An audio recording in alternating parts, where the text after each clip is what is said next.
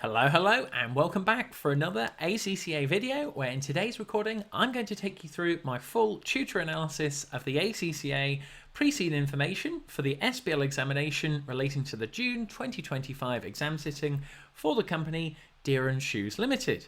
My name is James, I'm an ACCA qualified member, and on my channel I help our ACCA students to pass their examinations using my exclusive SBL notes, as you can see above me. So if you would like a copy, be sure to click the link in the description and you can download it and we can walk and talk it through in the video together. I'm also delighted to say I'm associated and affiliated with Astranti. They offer mock examinations, pre-seam packs, everything that you need to get 50 plus to pass your examination.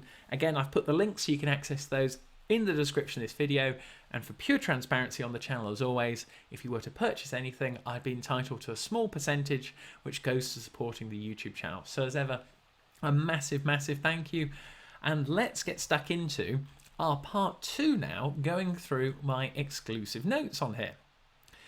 So let's begin having a look at for the market structure now, where we have the information for those 5 large organisations and the smaller organisations in the industry that was set out in Table 2. Now Table 2 is just below, as you can see, and just go through it one by one, where I've broken it down. We've got the 45% market share of those 5 largest companies. Dearn is the 4th largest, and we've got Rego, Flamingo, Dearn, Parish and Betterby, those key names that we saw before. In terms of the products and competition, how they all sort of link in a bit more, again, if you've downloaded these notes, if you go down to page 10, you can see how it overlaps and those names are highlighted for you. In other words, as you look through the production methods, the target market, the real sort of general factor that I get in terms of, one, from a share percentage ownership that they have, or market share in terms of Luckland, all of the companies, especially the big 5 and the smaller organisations, Dearn competes with absolutely all of them. You kind of get the gist as are they doing too much, or should they be targeting? The only one we don't have on there that you might want to get down for your notes as maybe an opportunity, no 18 to 30-year-olds targeted.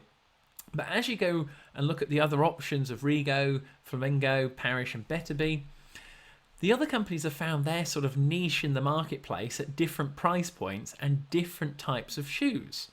The key bit for you to get down is that Parish and Dearn are the only 2 that handcraft their shoes. The rest, as you can see, are all mass produced, and that is really critical to get down, as that is where we have only the other smaller organisations are in the market for handcrafted goods.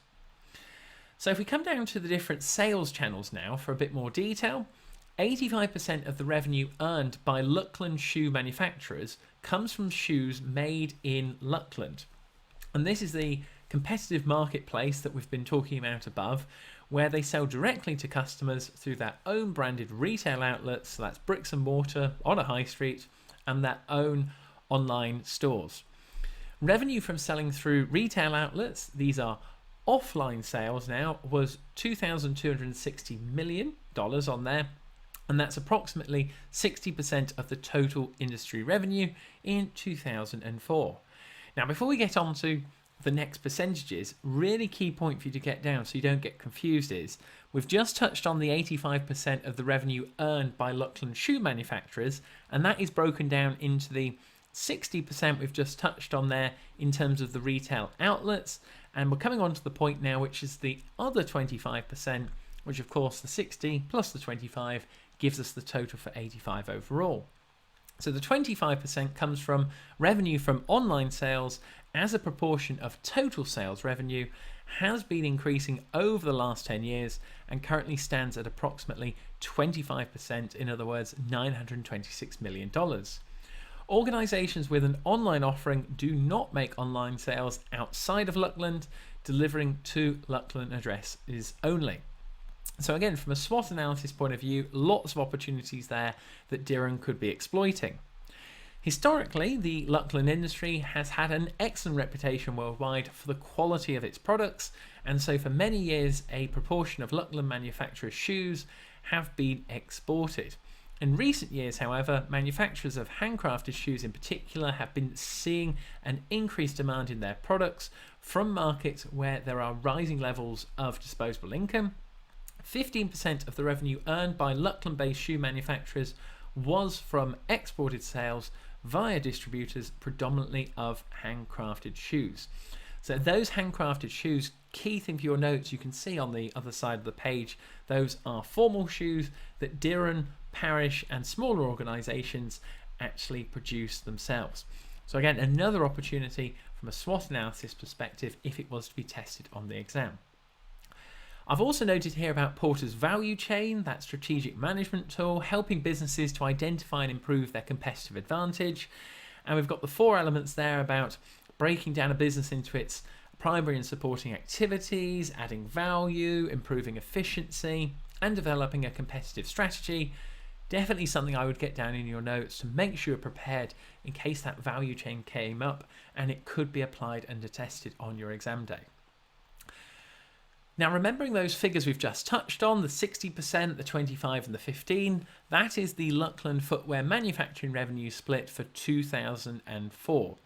Key thing here, that is not for Dearn, that is for the market as a whole. The key thing that we'll see later on into the recording is that the online sales in Lachlan are at 25%, but for Dearn, it's actually only at 12% on there. So if you've got the downloaded notes, check those out further on, and we'll cover it later on in the recording as well. But another opportunity for Dearn Shoes Ltd. We now come on to the challenges within the industry, and these are areas that Dearn has historically prided itself on. To kick the ball off rolling here, about the competition has historically been based on price, product range, quality, marketing, brand name and distribution channels. But we've got a key point here. In order to meet the demands and the tastes and preferences and the expectations of customers. So speed to the market has been increasingly important over the last 5 years. This was due to the growing number of fashion and price conscious consumers in Lachlan wanting to buy shoes more frequently to keep up with the regularly changing fashion trends. Flamingo leads the way in this area. Make sure you get that down for which competitor we are referring to, and it can design, produce and get ready and sell a new version or type of shoe called a style in its retail outlets or online within just a few weeks, allowing the company to respond quickly to changes in fashion trends. Now, we're not told how long it takes actually for Dearn to go through this whole process, but you can imagine with them actually moving some of their operations, especially for mass production overseas, which we'll come on to later on in the pre-seed materials. This is where it is something that is holding them back in their operations. Household disposable income is a key driver of demand, affecting the quantity, frequency and quality of shoes purchased. There are signs that Lachlan economy is slowing down. Growth was 5.1% 5 years ago, but has fallen to 1.6 2 years ago and was only 1.1 during 2004. Growth in 2005 is expected to be 0.8. In line with this economic slowdown, the proportion of mid-price shoes sold has been falling and the proportion of low-price shoes has been increasing on that. Forecast industry growth therefore derives predominantly from sales of handcrafted shoes, which Dearn does, to both export markets, see above, and in Lachlan themselves. So a lot of things to bear in mind there, some economic factors from a pestle point of view, and also lower margins are most likely to be affected in terms of these changes in the actual economy. But remember, Dearn sells mid-price shoes as well. They cover all 4 types of shoes, and we'll come on to later on the quantity of the types of shoes they also sell. We're then given more information that there is increasing awareness that employment protection legislation is poor in the countries in which third-party manufacturers used by some Lachlan shoe companies that are based.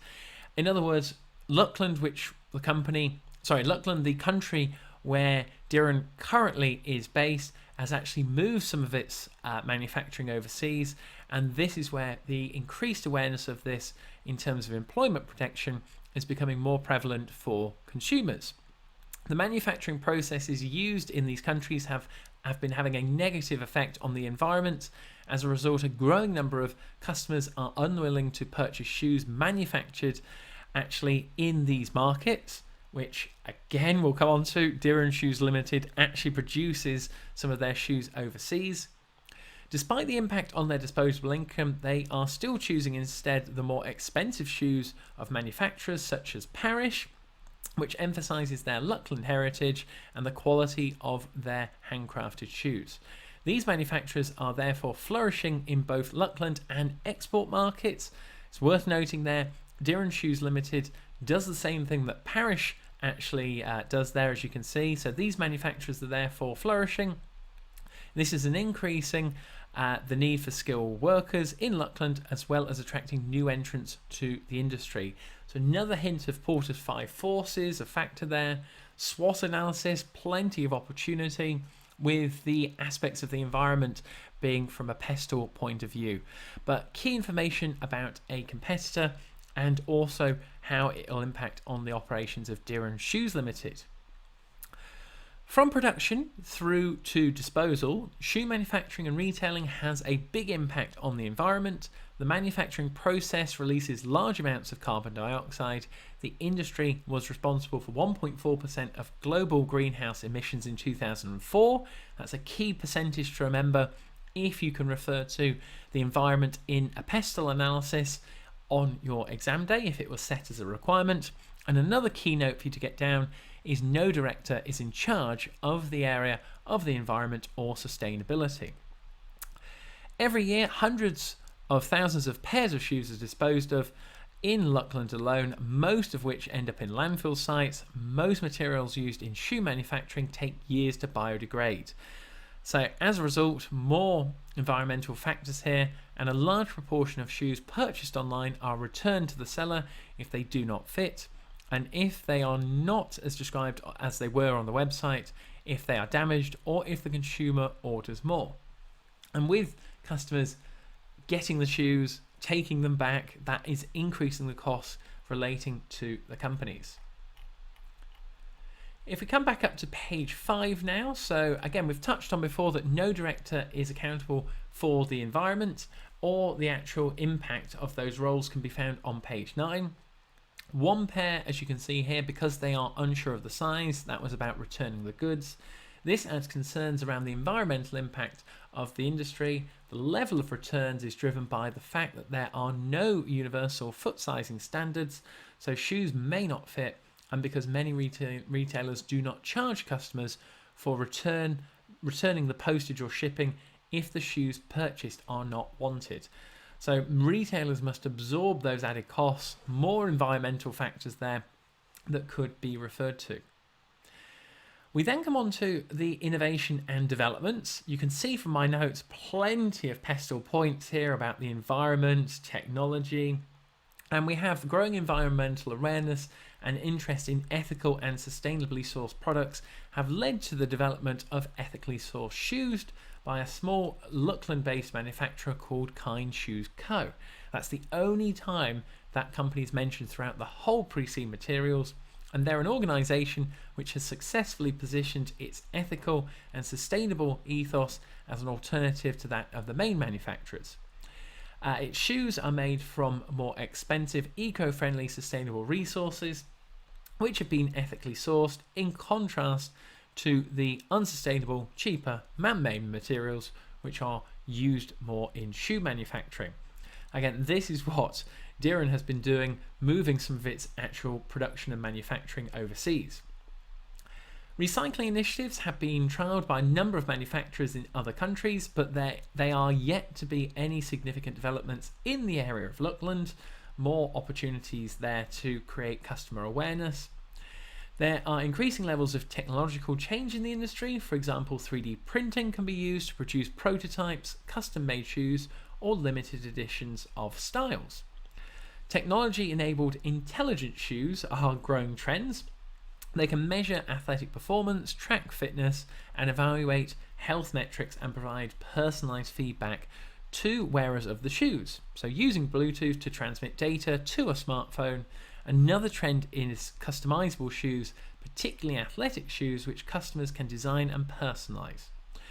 Lastly, we have virtual and augmented reality technology is being used on some online sites in Luckland to enable customers to try on shoes to see what they look like on them via their smartphone and on the cameras on there. So again, it's more things within the industry that could come up that you need to be aware of. And in terms of the pre-seed materials, a massive area that you need to be thinking about if there are any areas of technology, the environment, pestle analysis is one of those areas that you could need to refer to. And that nicely brings us to the close of play on our part 2 of the pre-seed materials. If you'd like a copy of my exclusive notes, you can click the link in the description of this video and download a copy there. And also check out those Astranti mock papers and pre-seed packs. They're definitely going to help to get you over the line and for your 50 plus. But what I've done to even help you even more, of course, is put part 3 up at the top now. So if you click the recording, I'll see you on the other side for another ACCA SBL video. So thank you very much.